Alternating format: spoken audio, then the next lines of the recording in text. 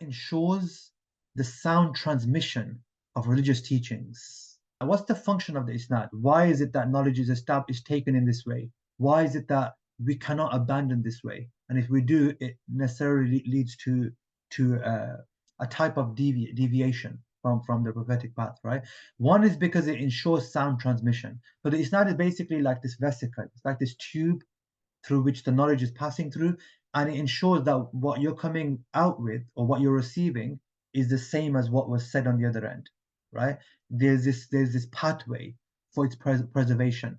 And so the Prophet in a hadith, for example, he says to the Sahaba, "Tasma'unahu," right? The Prophet says, you hear it from me, you audit it. In other words, you hear it from me, and then it will be audited from you, it'll be taken from you, it'll be heard from you, and then from those who took it from you, right? And there's many hadiths that talk about the secret of the isnad. There's many hadiths that make a reference to it, even in like as an ishara, as like a symbolic reference. So when you take a book of knowledge like this from somebody that studied it, with somebody that studied it, with somebody that studied it with the author, who then takes that knowledge from somebody that studied it, with somebody that studied it, all the way back to the Messenger of Allah, this is it preserves the barakah of the knowledge as well as the sound transmission of that knowledge. Number two, the function of the isnad is the preservation of knowledge. Like, so one is that what's being taught is being soundly transmitted, soundly reported, right? The other is that the isnad ensures that knowledge remains protected. It's like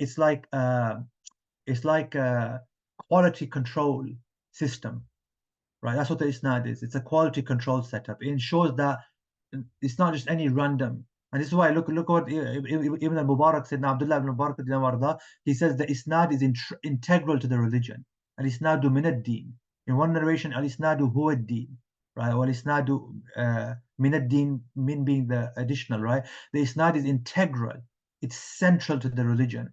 And then he says, were it not for the isnad, everybody would say whatever they wanted, right? Lucky for him, he didn't make it to our age, but this is what's happening. Were it not for the isnad, people say whatever they like. This is what's being said, right? Rahimahullah.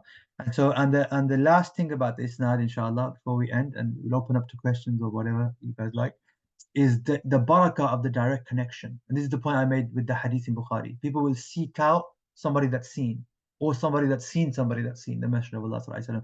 And the point with the seeing is that the seeing is it's symbolic for the connection, right? And so another statement from Sayyidina Bilal Mubarak, he says, one who seeks the affair of their deen. This is very interesting. He says, somebody who seeks knowledge of religion without the isnad is like somebody who wants to go to a roof without the staircase, right? In that case, it's broken legs. In this case, it's a broken spirit, right?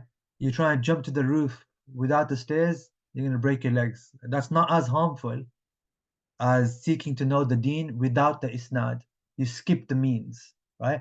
And this is important because we live in an age where people talk about going back to the age of prophecy, and they want to do that by skipping 1,000 years of scholarship and 1,000 years of sainthood and of righteousness and of knowledge production, right? So you want to skip 1,200 years of that and go back to what they call like what's the holy age for them, right?